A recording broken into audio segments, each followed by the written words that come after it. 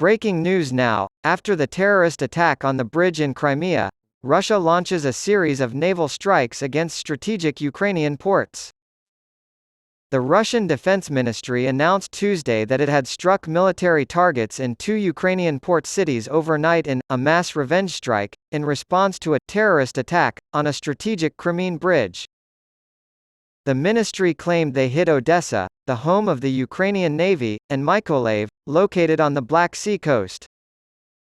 At night, the armed forces of the Russian Federation delivered a group retaliation strike with high-precision sea-based weapons at facilities where terrorist acts against Russia had been prepared using unmanned boats, the statement read. After the terrorist attack on the Kerch Bridge in Crimea, Russian President Vladimir Putin said in a televised meeting on Monday that the Defense Ministry was preparing relevant proposals, and that Russia would, of course, respond. He requested that the Federal Security Service and other relevant authorities look into the incident and take precautions to protect the strategic transport facility from further attacks. Putin also stated that the bridge has long not been used for military transport, so bombing it would have no military significance. He called it a brutal crime because innocent people had been killed.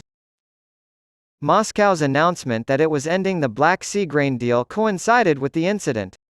The Kremlin, however, claimed that the bridge incident had nothing to do with the decision. Secretary-General of the United Nations Antonio Guterres implied that Russia's withdrawal meant the termination of the related pact to aid Russia's grain and fertilizer exports. Major influence. The International Rescue Committee's emergency director in East Africa, Shashwat Sarif, predicted severe consequences for Somalia, Ethiopia, and Kenya, which are experiencing the worst drought in the Horn of Africa in decades. Dmitry Peskov, the Kremlin spokesman, said at a briefing on Tuesday that Russia disagreed with the United States' assessment of its decision to pull out of a grain deal supported by Turkey and the United Nations. He promised that Russia's grain exports to developing nations would continue. The grain deal zone is used by the Kyiv regime for combat purposes, he said. On Tuesday, the Russian Defense Ministry announced via telegram that air defenses had successfully thwarted a terrorist attack by downing 28 Ukrainian unmanned aerial vehicles headed for Crimea. Ukraine claims Russian forces have amassed over 100,000 troops and more than 900 tanks in the city of Kupiansk in Ukraine's northeast. Russia counters that Ukrainian forces have been attacking Russian supply lines. According to the list of speakers released by the Office of the Assembly President, Prime Minister Narendra Modi plans to attend the high-level annual meeting of the UN General Assembly in September. The current schedule has him speaking on September 22 from 3 to 9 p.m. local time, 12:30 to 6:30 a.m. in India on September 23, but this will likely be adjusted to accommodate Indian viewers.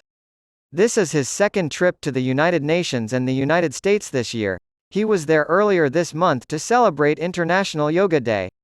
During the 2020 COVID pandemic, he gave 4 remote and in-person speeches to the General Assembly.